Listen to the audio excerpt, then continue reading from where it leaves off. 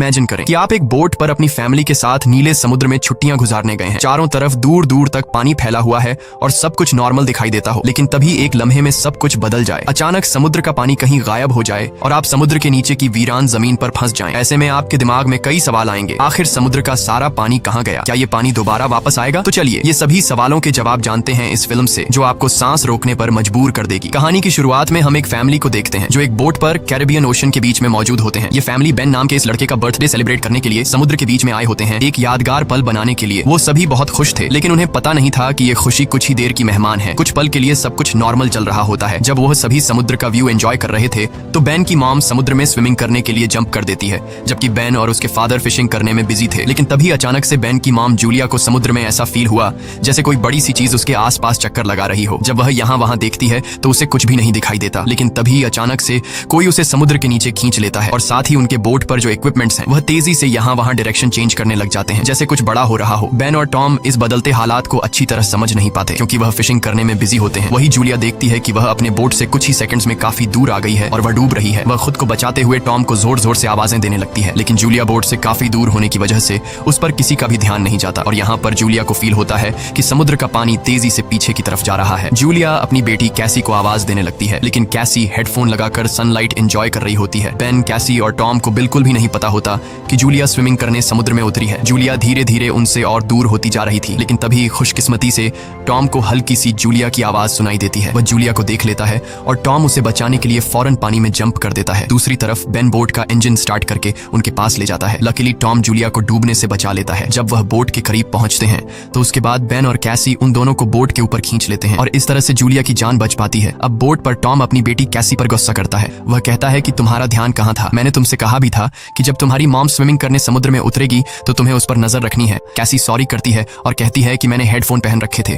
खैर, अब Julia safe थी। टॉम कहता है कि अब कोई भी बिना बताए स्विमिंग करने नहीं जाएगा और अगर कोई जाएगा भी तो पहले किसी न किसी को इन्फॉर्म करेगा। वो सभी टॉम की बात पर अग्री हो जाते हैं और अब रात होने वाली होती है, इसीलिए वह सब बेन की बर्थडे सेलिब्रेट करने के लिए तैयारी करने लगते हैं। रात को बर्थडे सेलिब्रेट करने के बाद कैसी के बॉयफ्रेंड का वीडियो कॉल आ जाता है। कैसी उसे बताती है कि वो सभी बोट में काफी एंजॉय कर रहे हैं, लेकिन उसका बॉयफ्रेंड कैसी से कहता है कि तुम सभी को जल्दी से सरफेस पर आना चाहिए। यहाँ टीवी में बता रहे हैं कि कुछ बहुत ही बड़ा होने वाला है जो पूरी दुनिया के लिए बहुत ही अनयूजुअल होगा। ये सुनते ही कैसी नोटिस करती है कि उसके बॉयफ्रेंड के पीछे शहर में बहुत बड़ा तूफान आ रहा है। वह ये देखकर थोड़ी परेशान हो जाती है क्योंकि उस समय ये लोग सेफ जगह पर तो बिल्कुल भी नहीं थे। वह उससे और भी बातें करने लगती है कि तभी अचानक इन दोनों का कनेक्शन कट जाता है। ये बात वह जाकर अपनी मॉम डैड को बताती है, जिसके बाद ये लोग अपनी बोट की सेफ्टी चेक करने लगते हैं। जो चेक करते हुए ये लोग नोटिस करते हैं कि उनके बोट के आसपास बहुत सारी वेल और शार्क फिश मंडरा रही हैं, जबकि इस एरिया में वेल्स या फिर शार्क मछली बिल्कुल भी नहीं पाई जाती है। टॉम एक ओशन एक्सप्लोरर था, इसीलिए वह जानता था कि वेल या शार्क ऐसा किसी बड़े भयानक तूफान के आने से पहले ही करती हैं। आने वाले भयानक तूफान का अंदाजा तो हो ही चुका था, लेकिन उससे पहले उन्हें शार्क से निपटना था। उससे पहले कि वह कुछ कर पाते तभी इस दौरान उनकी बोट को एक जोरदार झटका लगता है। वह सभी बहुत घबरा जाते हैं। टॉम समझ जाता है कि बोट के निचले हिस्से के साथ कोई बड़ा क्रीचर टकरा गया है, जिसे चेक करने के लिए टॉम नीचे पानी में जाता है। वह देखता है कि बोट के नीचे बहुत बड़ा डेंट आ चुका है, जो कि जरूर किसी बड़ी शार्क ने दिया था। ये चेक करने के बाद जब टॉम वापस ऊपर आता है तो उसके कंधे पर बहुत ही गहरा चोट आया होता है। ये देखकर जूली उसके जख्मों पर स्टिचेस लगाती है। यहाँ पर टॉम अपनी फैमिली को बताता है कि शार्क के दिए इस डेंट की वजह से इंजन खराब हो गया है, अब हम बोट को आगे नहीं ले जा पाएंगे। वह सभी समुद्र के बीचों बीच फंस चुके हैं और अब उनके पास सिर्फ यही ऑप्शन रह गया था कि यह किसी को मदद के लिए बुलाए। लेकिन केसी जब बाहर मदद के लिए कॉल करने के लिए आई तो सिग्नल भी नहीं थे। उनकी बोट का कम्युनिकेशन कोई भी सिग्नल पकड़ नहीं रहा था। वह सभी बहुत परेशान थे कि अचानक से यह सब कुछ बंद क्यों पड़ गए। अब इस मुश्किल वक्त में टॉम अपने खाने पीने का सामान चेक करता है। उनके पास सिर्फ 4 दिन तक का खाना था और कुछ भी नहीं, लेकिन जिंदा रहने की एक छोटी सी उम्मीद उन्हें इस बात की थी कि यह लोग एक शिपिंग रूट पर थे और यहाँ से कोई न कोई शिप इन्हें गुजरते हुए देख लेगा, जिसके बाद वह इसे बचा लेंगे। अब उनकी इन्हीं बातों के दौरान उन्हें बाहर से एक जोरदार आवाज सुनाई देती है। जब उन्होंने बाहर जाकर देखा तो एक बड़ा सा मीटेरॉइड इन्हीं की तरफ आ रहा था। वह उनकी शिप से टकरा सकता था और उससे बचने के लिए टॉम जल्दी से अपनी बोट का इंजन स्टार्ट करता है, लेकिन वह जानता था कि अगर उसने ऐसा किया तो उसकी बोट बर्बाद हो जाएगी और ऐसा ही होता है। उनकी बोट का इंजन पूरी तरह से डैमेज हो गया, लेकिन उनके पास कोई दूसरा ऑप्शन था ही नहीं। अगर वह इंजन स्टार्ट करके बोट को आगे नहीं ले जाता तो वह मीटेरॉइड सीधा इनसे टकरा जाता। टॉम देखता है कि आसमान में से गिरने वाली ये ऑब्जेक्ट्स असल में सैटेलाइट थी, इसीलिए अचानक रेडियो और टेलीफोन्स के सिग्नल्स ने काम करना छोड़ दिया है। वह सभी इस हादसे से पूरी तरह संभल नहीं पाए थे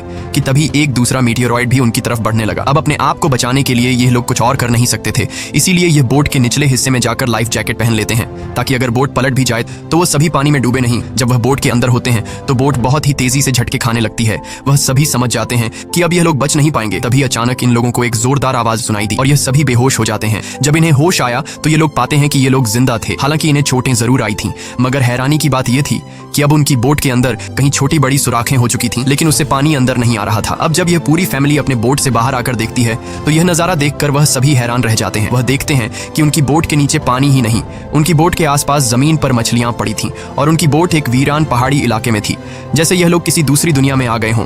यह जगह पूरी तरह से बदल चुकी थी। जहां कल रात तक पानी था, वह जगह अब ऊंचे ऊंचे पहाड़ों और गड्ढों की तरह दिख रही थी। वह सभी जल्दी यह बात रियलाइज कर लेते हैं कि वह किसी डिजर्ट में नहीं, बल्कि वह अभी भी समुद्र के बीचों बीच है। बस समुद्र का सारा पानी यहाँ से किसी दूसरी जगह शिफ्ट हो गया है। अब टॉम जल्दी से अपना कंपास निकालता है और डायरेक्शन देखने लगता है और वह समझ जाता है कि यह जरूर धरती के साथ कुछ गड़बड़ हुई है। धरती के पोल चेंज हो गए हैं। नॉर्थ पोल की जगह साउथ पोल आ गया था, जो कि साउथ पोल की जगह नॉर्थ चला गया था, और इसीलिए जहां पर पहले जमीन पर लोग बसते थे, समुद्र का सारा पानी वहां पर चला गया है और अब समुद्र की जगह जमीन बन चुकी थी। इस चीज का पता लगने के बाद यह सब लोग हैरान रह गए। एक और भयानक बात टॉम ने उन्हें यह बताई कि इस सब के बीच जो इंसान जिंदा जमीन पर थे वह सभी मारे गए होंगे। केसी को यह बात बहुत ज्यादा तकलीफ देती है। वह अपने आप को कैबिन में बंद कर लेती है क्योंकि उसे पता चल चुका था कि उसका बॉयफ्रेंड अब इस दुनिया में नहीं रहा। लेकिन अब एक और बात थी जो कुछ ही देर बाद उन्हें पता चलने वाली थी और वह बात सुनकर उनके होश उड़ने वाले थे। खैर, अब जूली यहाँ पर बचे हुए खाने को इकट्ठा करने लगती है और बेन अपने बर्थडे के सारे बलून हवा में उड़ाता है ताकि अगर कोई जिंदा हो तो वो उनके पास आ जाए और वो सब मिलकर इस सिचुएशन का सामना करें। उसके बाद टॉम रेडियो के जरिए किसी से कांटेक्ट करने की कोशिश करता है। उम्मीद तो उसे ये थी कि सामने से कोई रिस्पॉन्स नहीं आएगा, लेकिन सरप्राइजिंगली उसे रिस्पॉन्स मिलता है। ये रिस्पॉन्स उसे एक कैप्टन ने दिया था जिसका नाम नाटो है और वो भी समुद्र के शिफ्ट होने की कहानी जानता था क्योंकि वह भी टॉम की फैमिली की तरह अपनी सबमरीन में था। टॉम कैप्टन से पूछता है कि अब इस सिचुएशन में हमें क्या करना चाहिए। यहाँ कैप्टन इन सभी को वह बात बताता है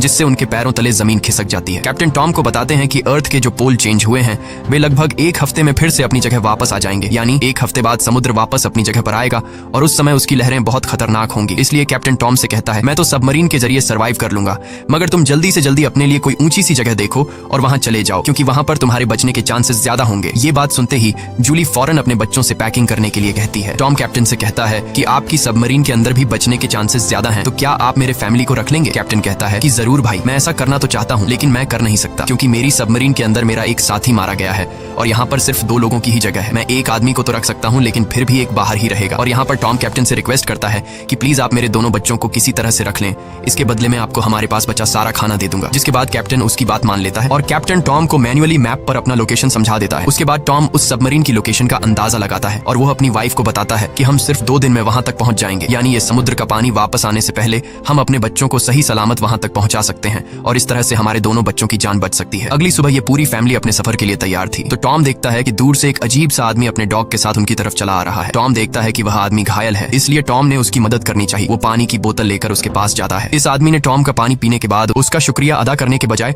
उल्टा उस पर अटैक कर लेता है और ये चीज दूर खड़ी जूली भी देख लेती है। तो आदमी अपने पास पड़े हुए चाकू से टॉम पर हमला करके उसकी जान ले लेता है। उसके बाद वो आदमी जूली की तरफ बढ़ता है। अब अपने हस्बैंड को तो वो नहीं बचा पाई, लेकिन जल्दी से वो बोट के अंदर जाती है और कैबिन में अपने दोनों बच्चों को लॉक कर देती है। उसके बाद वो केसी को एक फ्लेयर गन देती है और कहती है कि इसका यूज तब करना जब हम बहुत ही मुश्किल हालत में हों। अब ये बात कर ही रहे थे कि वह आदमी उनकी बोट तक भी पहुंच जाता है और उससे बचने के लिए जूली बाथरूम के अंदर चली जाती है। अब यहाँ पर वो किलर उनकी बोट पर सर्च करना शुरू कर देता है और जैसे ही उसे यहाँ खाना मिलता है वह खाना शुरू कर देता है। वह खाने पर ऐसा टूट पड़ता है जैसे वह पिछले कई दिन से भूखा हो। खाना खाने के बाद जब वह जूली को ढूंढने लगता है उसके बाद वह सीधा कैबिन की तरफ जाता है, लेकिन वहां जाकर उसे पता चलता है कि जहां से आवाज आ रही थी वहां कोई भी नहीं है। दरअसल जूली बोट में हुए छेद से निकलकर यहाँ से बाहर निकल चुकी थी, लेकिन उस आदमी का जो डॉग होता है वह जूली को देख लेता है और जूली पर भौंकने लग जाता है। अब मजबूरी में जूली को उस डॉग को चुप कराने के लिए उसे मारना पड़ता है और वह खुद बोट के नीचे छुप जाती है। हालांकि वैसे तो वह उस किलर को नहीं मिल पाती, लेकिन जब वह बाहर झांक कर अपने डॉग को मरा देखता है तो वह समझ जाता है कि जूली बोट से बाहर है। अब जैसे ही वह उसे पकड़ने के लिए बोट से नीचे उतरा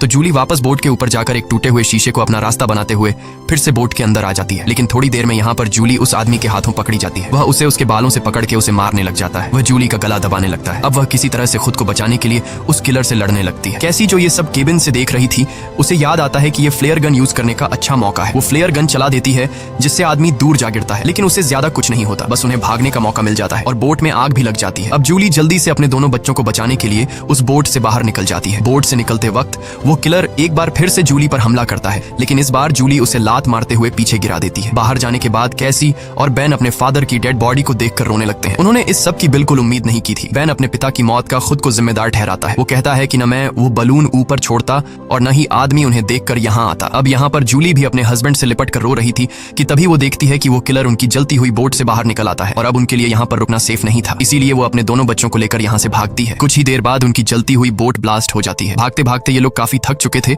इसलिए ये एक पहाड़ी के पीछे आराम करने के लिए रुक जाते हैं, क्योंकि उन्हें लग रहा था कि शायद इस किलर ने यहाँ उनका पीछा छोड़ दिया है। बेन यहाँ पर भी रो रहा था। कैसी उसे हौसला देते हुए पीने के लिए साफ पानी देती है, लेकिन बेन पानी पीने से भी इनकार कर देता है। जूली अपने बेटे को समझाती है कि इसमें तुम्हारी कोई गलती नहीं, वो तो तुमने मदद के लिए बलून हवा में उछाले थे। तभी जूली ने देखा कि वो किलर अभी भी उनके पीछे आ रहा है। अब तीनों जल्दी से किलर से बचने के लिए भागना शुरू कर देते हैं। भागते भागते ये लोग बहुत थक चुके थे, लेकिन जब भी ये पीछे मुड़कर देखते हैं तो वो किलर उनके पीछे ही आ रहा होता था। अब ये लोग रुकते नहीं, लगातार भागते रहते हैं और एक ऐसी जगह पहुंच जाते हैं जहां पर जहरीला पानी मौजूद था। यहाँ से जाते वक्त उन्हें कुछ भी हो सकता था, लेकिन जूली अपने बच्चों को यहीं से गुजरने का हुक्म देती है। जहरीले एसिड से गुजरने के बाद उनकी हालत काफी खराब हो गई थी और जूली को एहसास हुआ कि बेन डिहाइड्रेट हो चुका है। उनके पास पानी की कुछ आखिरी बूंदें थीं जो उन्होंने बेन को दी, लेकिन इतने थोड़े पानी से उसकी प्यास नहीं बुझी। अब यहाँ पर कैसी हिम्मत हार चुकी थी। वो कहती है, हम सब जिस तरफ बढ़ रहे हैं शायद वहाँ पर सबमरीन होगी भी या नहीं, लेकिन जूली उसे डांटती है कि चुप करो और जो मैं कह रही हूँ वैसा ही करो। हम लोग आगे बढ़ेंगे और मुझे पता है कि मैं तुम्हें बचा लूंगी। जूली के कहने पर वो लोग फिर से चलना शुरू करते हैं और आगे बढ़ने पर उन्हें एक प्लेन दिखाई देता है जो सालों पहले तबाह होकर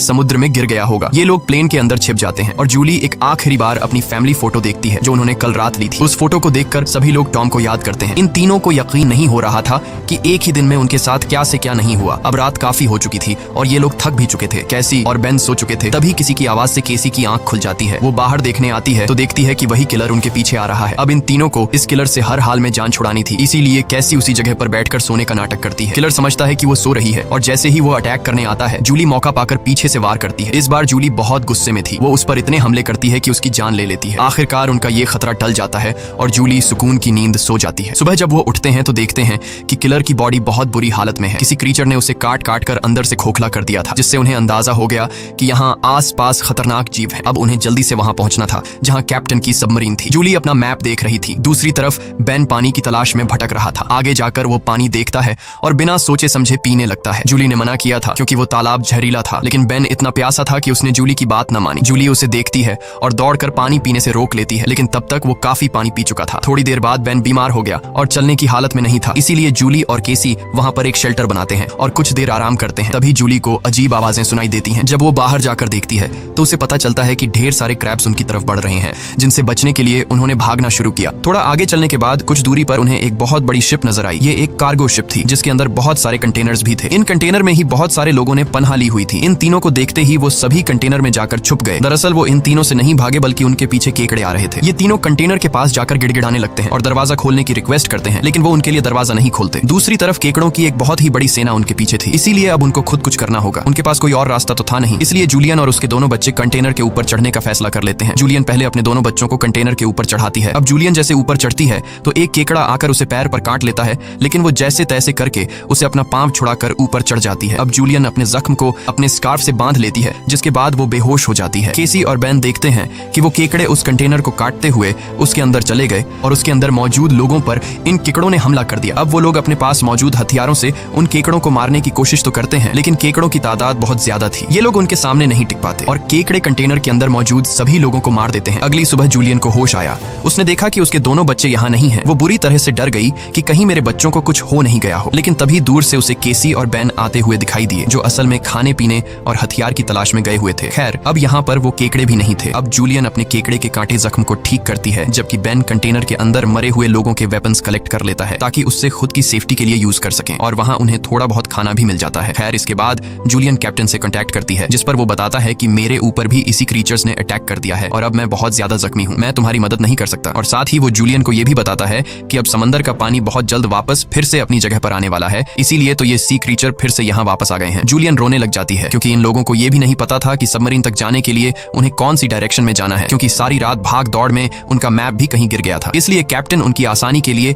अपनी फ्लेयर गन से हवा में फायर करता है और बेन उसे देख लेता है, मगर वो जगह उनसे बहुत दूर थी। ये लोग तेजी से सबमरीन की तरफ बढ़ने लगते हैं, लेकिन अभी तक वहां तक पहुंचना नामुमकिन लगने लगा, क्योंकि वहां पहुंचने तक उन्हें एक चट्टानी रास्ते से गुजरना पड़ता है, जहां से गुजरते हुए उन्हें शायद फिर से उन केकड़ों का सामना करना पड़ सकता है, जिससे उनकी जान जा सकती थी। अब केसी को भी अपनी माँ पर तरस आने लगता है कि उनकी माँ का क्या होगा। कैप्टन तो हम तीनों में से मुझे और मेरे भाई को सबमरीन में रख लेगा, लेकिन जूलियन का क्या होगा, क्योंकि अब कुछ ही देर में पानी आने वाला है। जूलियन केसी से कहती है कि तुम्हें ये सब सोचने की जरूरत नहीं, जब हम सब मरीन तक पहुंच जाएंगे तो वहां डिसाइड करेंगे कि हमें क्या करना है, और कहती है कि चलो आगे बढ़ो। वहां से आगे बढ़ते हुए उनकी किस्मत उन्हें एक बार फिर से धोखा देती है। वहां पर लैंडस्लाइड होने लगती है, जहां जूलियन जो सबसे पीछे थी उसके आगे आकर एक बड़ा सा पत्थर गिर गया और वो वहीं पर फंस जाती है। अब केसी अपनी माँ के बिना आगे नहीं बढ़ना चाहती थी, लेकिन वो उसे कसम देती है कि तुम हर हाल में खुद को और अपने भाई को बचाओगी। अब इसीलिए केसी अपने भाई को लेकर आगे बढ़ने लगती है। जब वो लोग सबमरीन तक पहुंचते हैं तो उन्हें वहां पर कोई भी नहीं मिलता। ये दोनों जोर जोर से सबमरीन का दरवाजा खटखटाने लगते हैं, लेकिन तभी पीछे से कैप्टन आता है जो बुरी तरह से जख्मी था। कैप्टन ने बताया कि देखो,